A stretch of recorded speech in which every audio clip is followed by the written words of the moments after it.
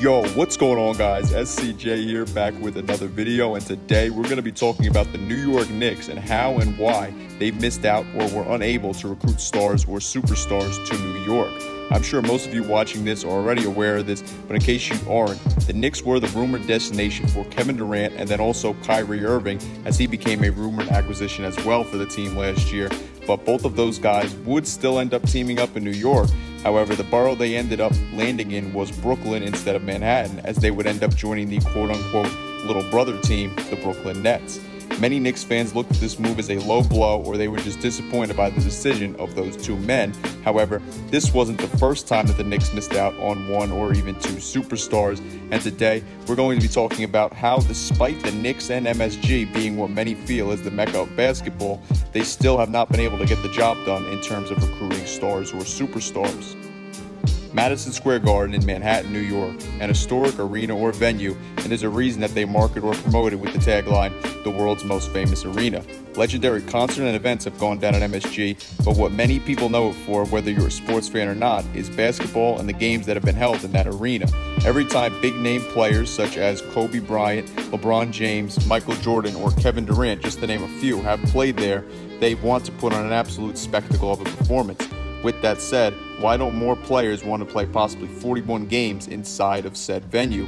Well, there's many reasons why over the last 20 years, and a great example can be shown or seen from a story that has recently come out about LeBron James and his 2010 free agency. LeBron may have told the world back on July 8, 2010 that he was taking his talents to South Beach. However, the place he originally wanted to take his talents to was Manhattan, New York. Like many free agents, LeBron chose to take a meeting with the Knicks before making his decision to sign with the team. Being in New York and playing in the Mecca intrigued King James. However, after what many, including LeBron, described as a meeting that was a disaster, the Mecca didn't look intriguing one bit anymore. When analyst Bill Simmons spoke on this topic on his podcast, he said, "From everyone I've talked to in the know since then, the Knicks were the first choice for him. It was basically the Knicks to lose, and they just couldn't stay out of their own way. The stories are legendary. Dolan was Dolan. They didn't have anything prepared. It just couldn't have gone worse by all accounts. It was a disaster." When NBA insider Adrian Wojnarowski, or Woj as most know him, talked about the topic, he as well revealed something, and that was that owner James Dolan handed out his mixtape to free agent that the team was pursuing in 2010. This is what he also had to say. When New York Knicks executives chased the free agents in the summer of 2010, owner James Dolan made himself a part of the presentations.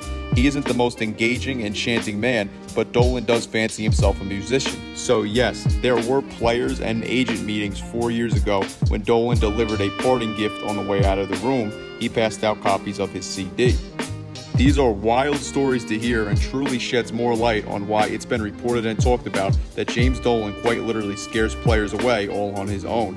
However, the wackiness doesn't even end there. Dolan also apparently hired actors James Gandolfino and Eddie Falco to come to this meeting and to reprise their roles from the TV show The Sopranos. When I first seen this, I had to stare at it to make sure that I was seeing it right, and immediately two thoughts popped into my head. Why did Dolan think bringing actors into a meeting with a basketball player to join the Knicks was a good idea, or would it help in any way? And why did he have the cast of The Sopranos, which was a show that took place in New Jersey there, out of any show and any show's cast of actors, or any actors that he could have brought in there in general? Also, why The Sopranos and not a show that he could have asked around or found out about if LeBron liked? LeBron doesn't appear to me like he was a guy who was a fan of The Sopranos anyway. I didn't even mention yet that Dolan focused so much on the extracurricular things and not what he would be paying LeBron over $20 million to do, and that's play basketball. There was no word on the players that the Knicks would try to acquire or the team's long-term vision if LeBron were to sign with the team. The fact that they didn't mention the team's long-term plans or just any basketball at all, never mind the fact that Dolan was handing out his mixtape and brought the cast of The Sopranos with him to the meeting, turned King James off so much that LeBron turned down and declined a second meeting with the team. The Knicks had the man who at the time had just become one of 10 men at that point to win back-to-back MVP awards in their lap, and they still scared him away and possibly even other free agents away along with him. Like mentioned before, LeBron isn't the only superstar or star that the Knicks turned off from joining the team. Kevin Durant and Kyrie Irving were two other guys who weren't interested in joining the team that dons blue and orange. The Knicks, of course, did everything they could to position themselves to land both of those stars, yet the same moves that they made played a major factor in their ultimate failure to land those guys. KD and Kyrie mentioned that they liked the culture and the players that were on the Nets, and that's what influenced their decision to join the team. The Knicks truthfully have no culture, and while they did have one player, the unicorn Kristaps Porzingis, they traded him to Dallas to dump the salary of Tim Hardaway Jr. and clear the necessary cap space to sign both Durant and Irving. That move would never end up working out for the Knicks, as they didn't need to clear that cap space unless they truly wanted to sign guys like Julius Randle and Taj Gibson to large contracts. Also, from recent reports, we're finding out that the Knicks may be headed down the path of disappointment yet again, as they have looked to hire Jason Kidd as their coach in an attempt to lure current MVP Giannis Antetokounmpo. I feel this is once again a very silly decision, as there were reports the Knicks' decision to hire ex-coach David Fizdale was in an attempt to land superstars and maybe even go after LeBron James once again, since LeBron was a fan of Fizdale as an assistant coach when both were in Miami together. After missing out on KD and Kyrie last offseason, the best choice in my eyes would be to look at what just happened in Brooklyn before the season got suspended in March, as they got ex-Nets head coach Kenny Atkinson fired. Reason being is that even the Nets having a coach that those two guys didn't like was not enough to turn them both away from going to the Nets. So I'm not sure hiring a coach that Giannis happened to like when he was a coach in Milwaukee is a great idea. If the Knicks want to stop the disappointment that's been going on with them, it seems the best choice would be to focus more on the basketball and culture within the organization.